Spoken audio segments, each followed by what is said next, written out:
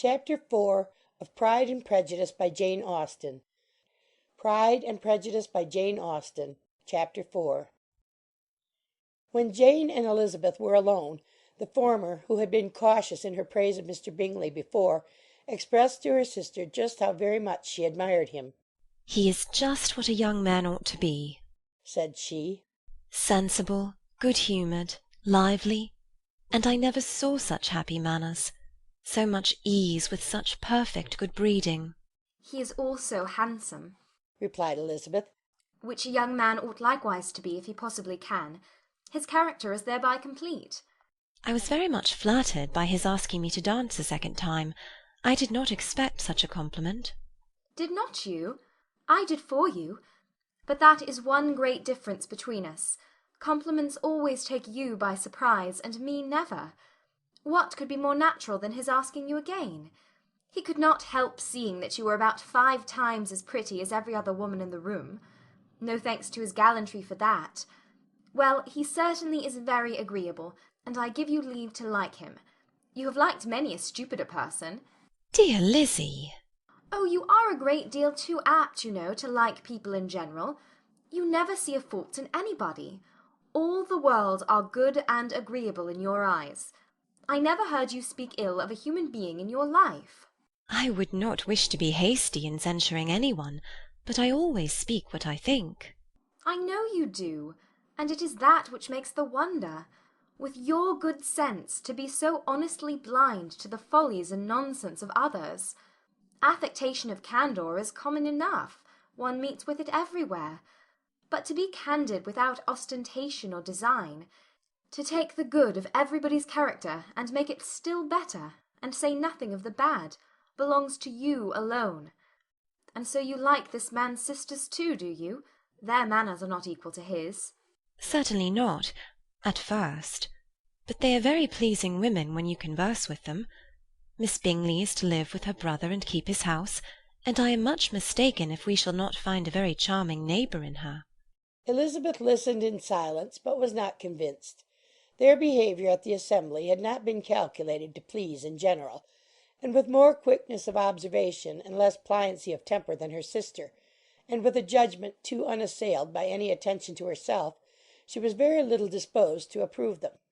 They were in fact very fine ladies, not deficient in good humour when they were pleased, nor in the power of making themselves agreeable when they chose it, but proud and conceited.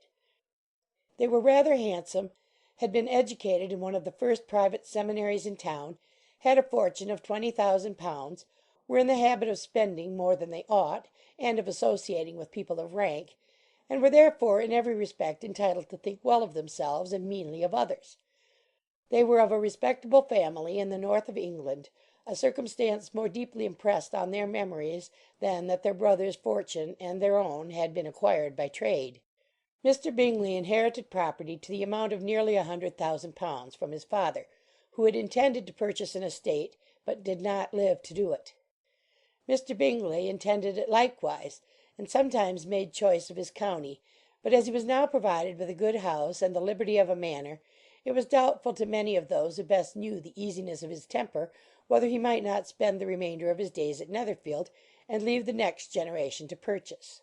His sisters were anxious for his having an estate of his own, but though he was now only established as a tenant, Miss Bingley was by no means unwilling to preside at his table, nor was Mrs. Hurst, who had married a man of more fashion than fortune, less disposed to consider his house as her home when it suited her. Mr. Bingley had not been of age 2 years when he was tempted by an accidental recommendation to look at Netherfield House. He did look at it, and into it, for half an hour, was pleased with the situation and the principal rooms, satisfied with what the owners said in its praise, and took it immediately. Between him and Darcy there was a very steady friendship, in spite of great opposition of character.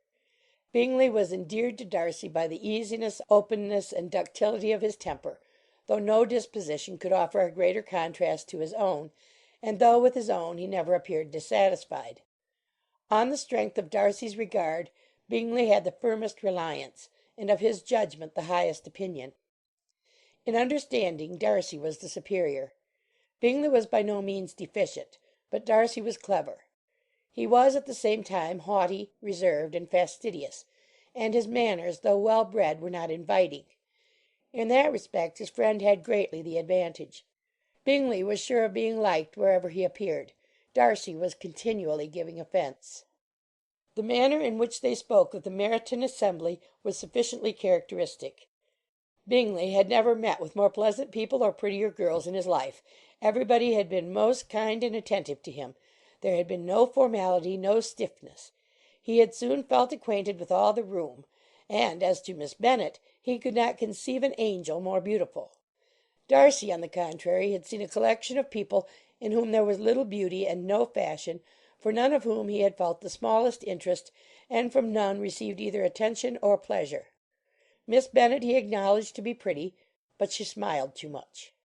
Mrs. Hurst and her sister allowed it to be so, but still they admired her and liked her, and pronounced her to be a sweet girl, and one whom they would not object to know more of. Miss Bennet was therefore established as a sweet girl, and their brother felt authorized by such commendation to think of her as he chose. End of chapter 4.